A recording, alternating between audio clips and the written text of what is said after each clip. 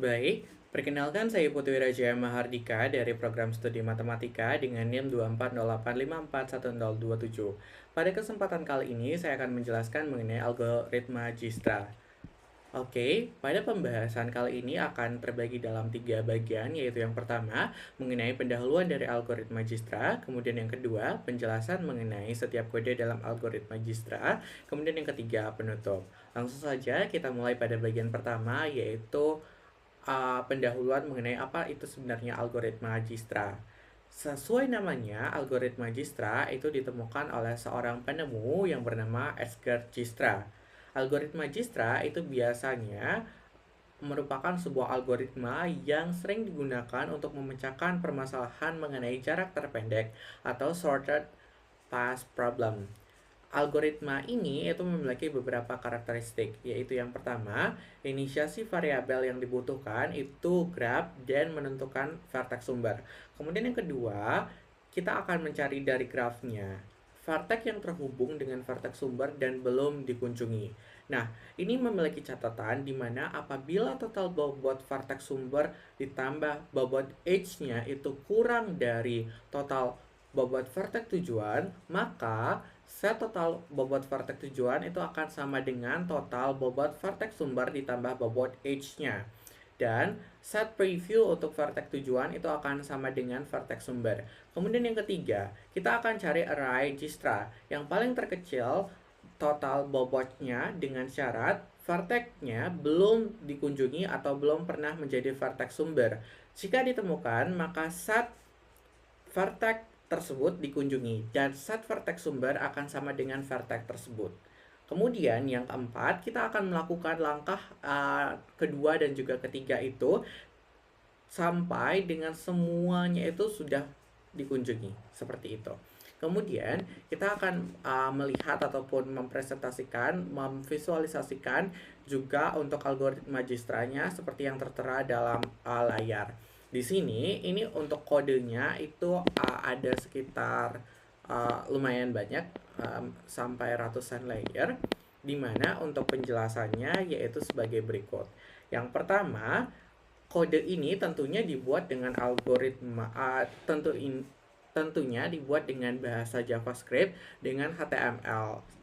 Ya, seperti yang terdefinisi pada layer pertama itu dengan bahasa JavaScript dengan HTML, di mana HTML Canvas dan CSS itu nantinya akan membantu untuk menampilkan outputnya. Di sini saya juga akan menjelaskan beberapa kodenya mulai dari HTML-nya pastinya.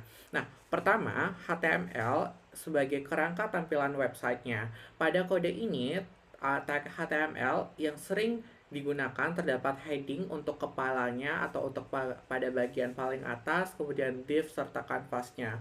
Nah, di sini untuk layer 1 sampai dengan layer 55 itu sebenarnya pada bagian CSA, pada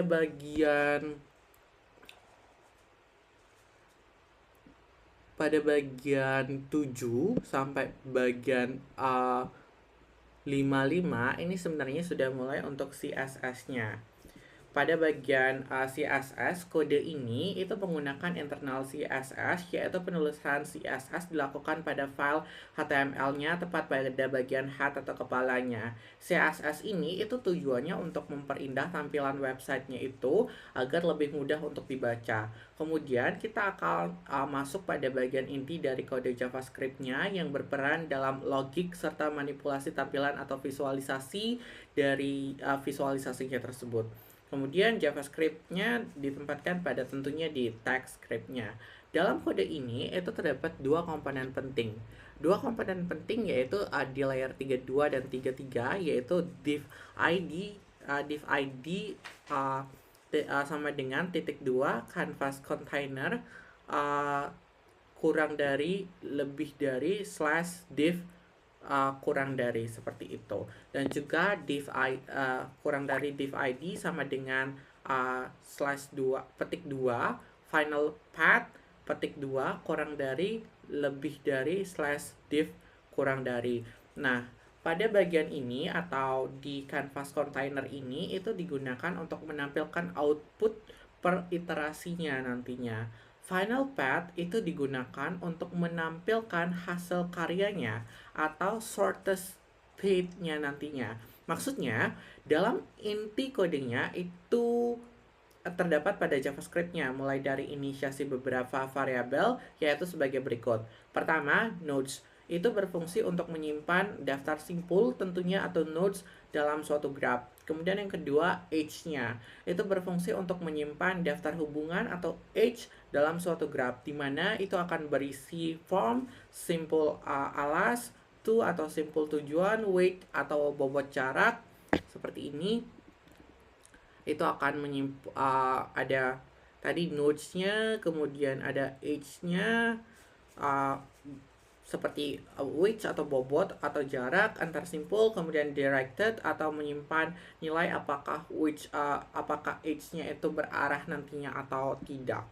Kemudian ada positionnya juga seperti ini di layer 49 sampai 55. Positionnya itu berfungsi untuk menyimpan posisi XY simpulnya dalam kanvas untuk memvisualisasikan nantinya.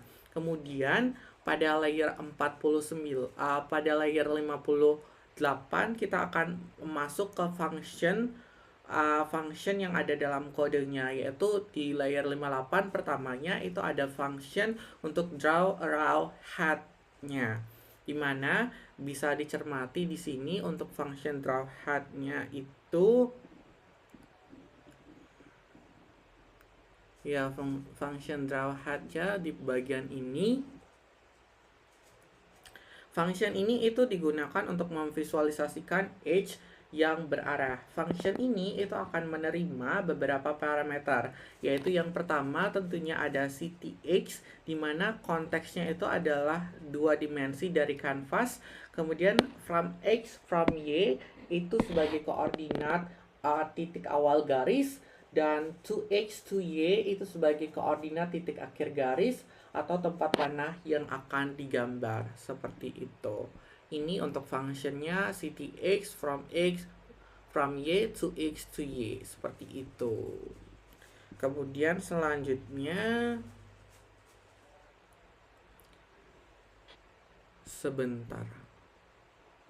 Selanjutnya di sini kita bisa cermati const hat length sama dengan 10. Ini adalah variabel panjang sisi dari kepala panah atau dalam pixel. Ini maksudnya semakin besar nilainya, semakin besar juga kepala panahnya. Ini seperti definisi dari const dx sama dengan 2x min from x, dan const dy sama dengan to y min from y, seperti itu. Selanjutnya itu akan menghitung jarak horizontal dx dan vertikal dy dari titik awal ke titik akhir yang digunakan untuk menentukan arah garis, seperti ini.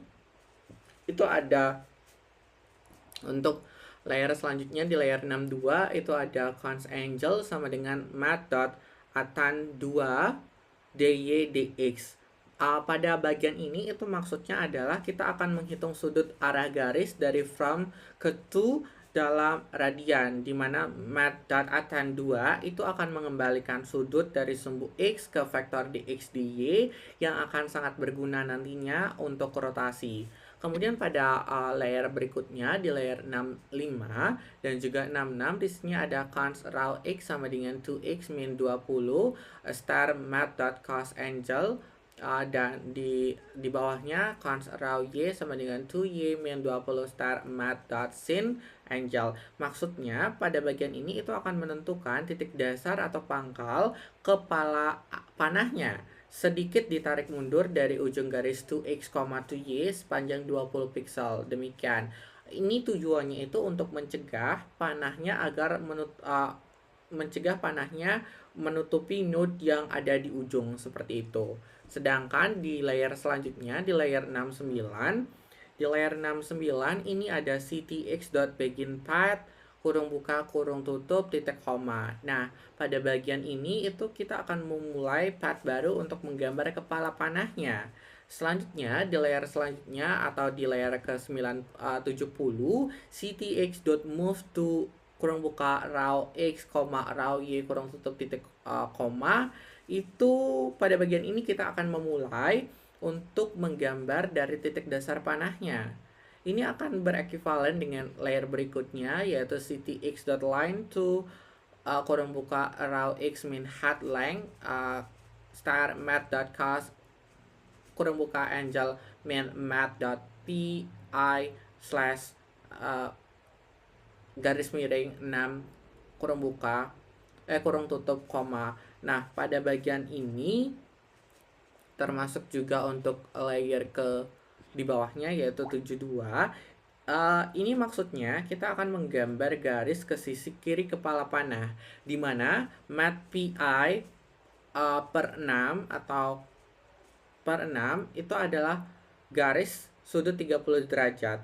Jadi panahnya itu akan dibuat menyebar dari kiri ke arah utama. Selanjutnya untuk layer ke-73 atau ctx.line dan seterusnya itu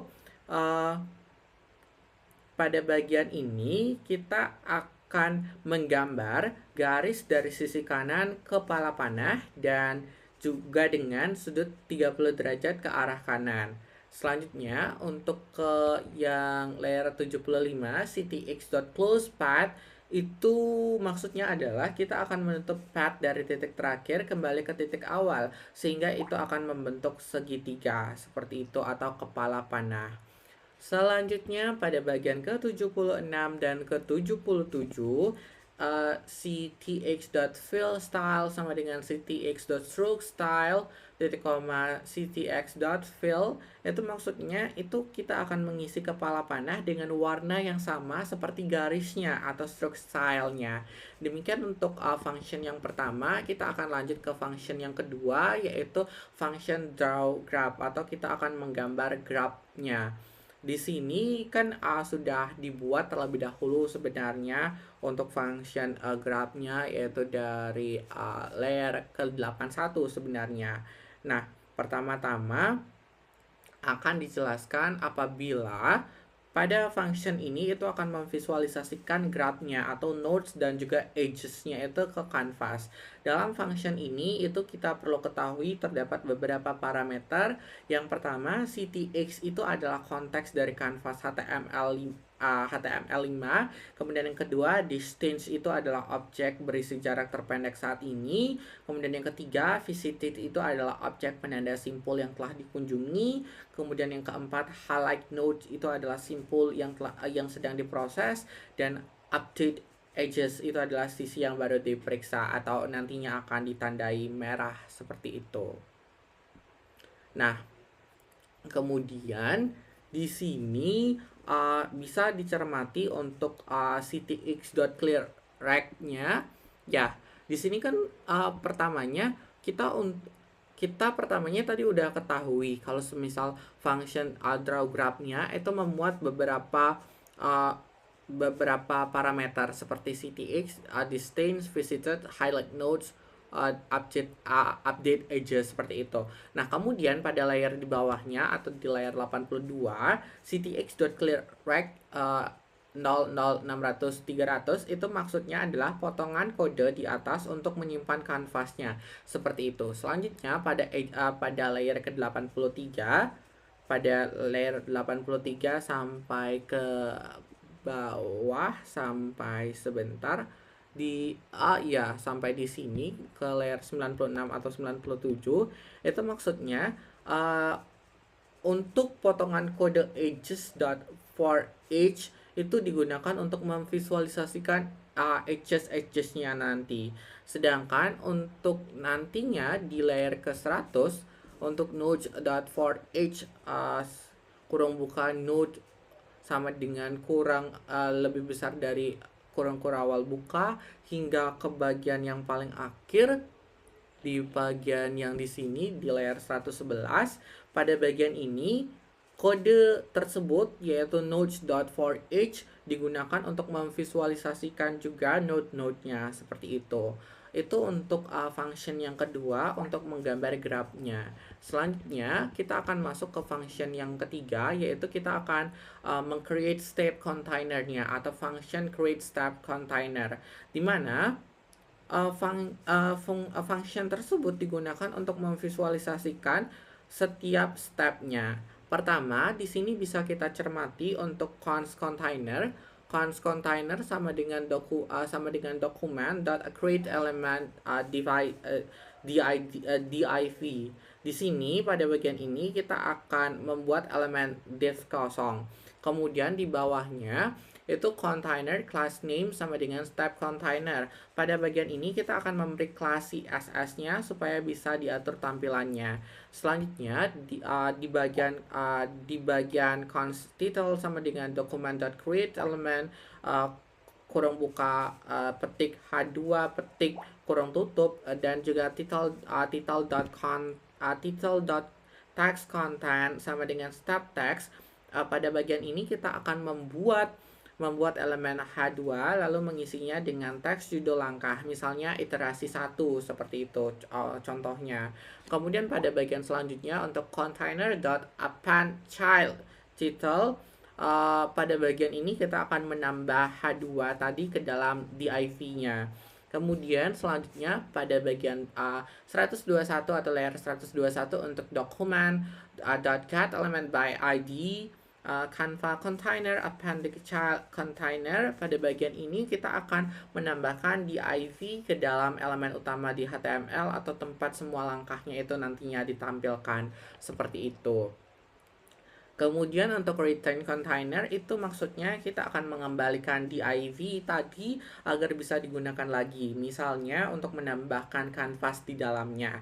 Jadi fungsi ini itu akan membuat satu blok langkah dengan judul lalu langsung ditampilkan dalam halaman tersebut. Selanjutnya kita akan masuk ke fungsi selanjutnya, yaitu di sini kita ada function create canvas, di mana untuk bagian ini dari layer 126 sampai 132, function ini itu bertujuan untuk membuat kanvas untuk dipanggil ketika kanvas pada setiap iterasinya. Maksudnya ini digunakan untuk pertama menambahkan elemen kanvas ke dalam kontainer langkah, dan yang kedua itu akan mengembalikan konteks untuk menggambar graf dari langkah itu. Makanya di sini ada const canvas sama dengan document.create element untuk menambahkan elemen kanvas dalam kontainer dengan spesifikasinya seperti ini. Untuk width-nya itu 600 dan juga age itu 300. Kemudian nah, di sini pada bagian parent.appendix child written canvas.get context itu nantinya akan dikembalikan konteksnya untuk menggambar graf di langkah itu seperti yang sudah saya jelaskan sebelumnya. Kemudian pada bagian selanjutnya di layer 135 untuk function reconstruct path, itu maksudnya untuk layer 135 sampai 143, di mana fungsi ini itu sebenarnya bertujuan untuk pertama menyusun jalur terpendek tentunya dari simpul start ke simpul end-nya atau di bagian akhir, dan juga melakukan backtracking dari simpul akhir ke simpul awal untuk menggunakan previous seperti itu. Apabila dispesifikasikan lagi pada akhirnya di sini kan ada const path sama dengan kosong gitu ya, array kosong. Nah, maksudnya itu adalah kita akan membuat array kosong tentunya untuk menyimpan jalur terpendek dari awal ke akhir. Kemudian untuk let current sama dengan end itu maksudnya mulai dari node tujuannya misalnya C. Kemudian untuk while current di bawahnya path .unsafe current, di bawahnya lagi current sama dengan previous current. Itu maksudnya adalah selama masih ada node-nya satu, seperti unsafe current itu untuk menambahkan node ke depan array path agar urut dari awal ke akhir, dan current sama dengan previous current itu untuk melanjutkan ke node sebelumnya sesuai hasil Dijkstra-nya. Dan untuk bagian ke 142 untuk return path-nya itu tujuannya untuk mengembalikan jalur lengkap dari awal sampai akhir seperti itu. Nah, di sini barulah kita akan masuk ke fungsi Dijkstra yang sebenarnya. Kita akan mulai untuk membuat fungsi Dijkstra-nya seperti itu. Di sini untuk fungsi Dijkstra-nya dimulai dari layer 146. Dimulai dari layer 146. di mana fungsi ini nantinya adalah fungsi inti dalam algoritma ini, yaitu pada function ini proses algoritma akan dijalankan. Nah, di sini untuk layer 147, 48, 49 itu kan ada const distinct, const visited sama const previous. Inisiasi variabel awal yang dibutuhkan yaitu seperti yang sempat disinggung di awal, distance itu untuk menyimpan jarak terpendek dari start ke setiap node-nya, kemudian visited untuk menandai node yang sudah dikunjungi, dan previous untuk menyimpan simple sebelumnya untuk membentuk jalur nantinya. Nah, kemudian untuk bagian nodes dot for each nodes sama dengan kurang dari kurung kurawal buka dan seterusnya itu sampai ke distance start sama dengan 0. Ini maksudnya adalah awal dari semua jarak tak hingga atau infinity kecuali start yang bernilai 0. Kemudian kita akan lanjut untuk melakukan iteration 1 di mana loop sebanyak jumlah simpulnya nantinya. Pada bagian ini loopnya itu sesuai dengan jumlah simpul. Kemudian untuk di bagian ini let current node itu kita akan mencari simpul dengan jarak terkecil yang belum pernah dikunjungi, dimana perlu untuk dicatat untuk current node ini adalah simpul dengan jarak paling kecil saat ini, itu maksudnya. Kemudian di sini kan ada untuk layer ke 173, if current node sama dengannya 3 kali null break, visited current node sama dengan true, maksudnya itu adalah kalau apabila tidak ada lagi simpul yang bisa diproses, itu kita akan menghentikan loopnya, seperti itu. Selanjutnya kita akan memvisualisasikan langkah ketika dikunjungi simpul. Itu dimulai dari layer ke 177, seperti itu. Dimana di sini kan dimulai dari const ctx sama dengan draw graph-nya. Nah, maksudnya adalah kita akan membuat container HTML untuk langkah ini, itu kita memakai create step container, kemudian kita akan membuat canvasnya, create canvas, kemudian gambar graph saat ini atau posisi semua simpul, edges, jaraknya itu pakai draw graph di layer ke 179.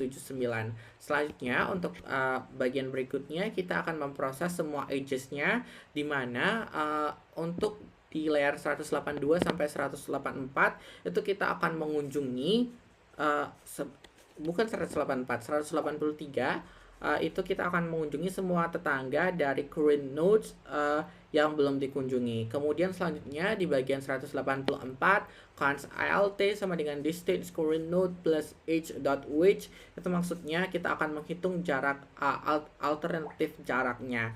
Selanjutnya apabila bagian ini sudah selesai, kita akan lanjut dengan membuat visualisasi dari proses pengecekan setiap edges-nya, dimana di sini kan kita akan seperti namanya const connecting step, itu kita akan melakukan pengecekan. Nah, di mana pada bagian 187 sampai 189 untuk draw graph-nya itu kita akan membuat tampilan langkah pengecekan edges tertentu dengan current nodes itu menuju edges.to dengan menambahkan garis merah atau update edges untuk menandai edges yang sedang dicek seperti yang sudah tertera dalam kode.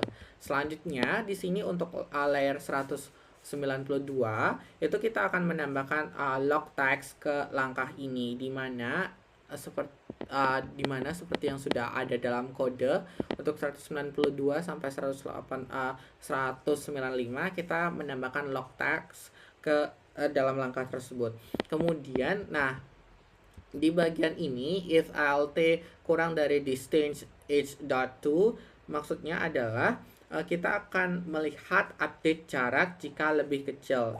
Jika jalur barunya itu lebih pendek, maka kita akan simpan jaraknya dan siapa simpul sebenarnya, seperti itu. Itu untuk connection step dot appended child, seperti itu hingga bagian 207 itu maksud dari kodenya. Nah, selanjutnya setelah semua iterasinya itu kita cek, kemudian kita akan cetak untuk outputnya. cetak untuk outputnya itu kita bisa lihat untuk di sini di bagian 214 cons.final path sama dengan document.cat element by id sama dengan final path cons heading sama dengan document.create element h2 heading.text content sama dengan output sorted path dari plus start dan final path.appending child heading. Nah, kemudian kita akan cetak outputnya seperti itu. Kemudian untuk di layer selanjutnya yaitu di 220 kita akan loop semua simpul dan tampilkan hasilnya seperti itu. Nah, pada bagian final di bawahnya final path ini di bawahnya selanjutnya kita akan bangun jalur dari start ke setiap target menggunakan reconstruct path dengan tampilan hasil akhir berupa jalur dari total bobot tersebut. Kemudian untuk menjalankan kode Dijkstra kemudian kita tentunya harus tetap menuliskan Dijkstra kurung buka petik A petik kurung tutup titik koma itu untuk menjalankan kode Dijkstra dengan memanggil function Dijkstra dengan parameter yaitu vertex awal atau vertex sumbernya. Demikian untuk penjelasan mengenai kode untuk algoritma Dijkstra. Sekarang kita akan coba untuk melihat bagaimana sebenarnya algoritma Dijkstra tersebut. Misalnya saya akan save dulu, updated, kemudian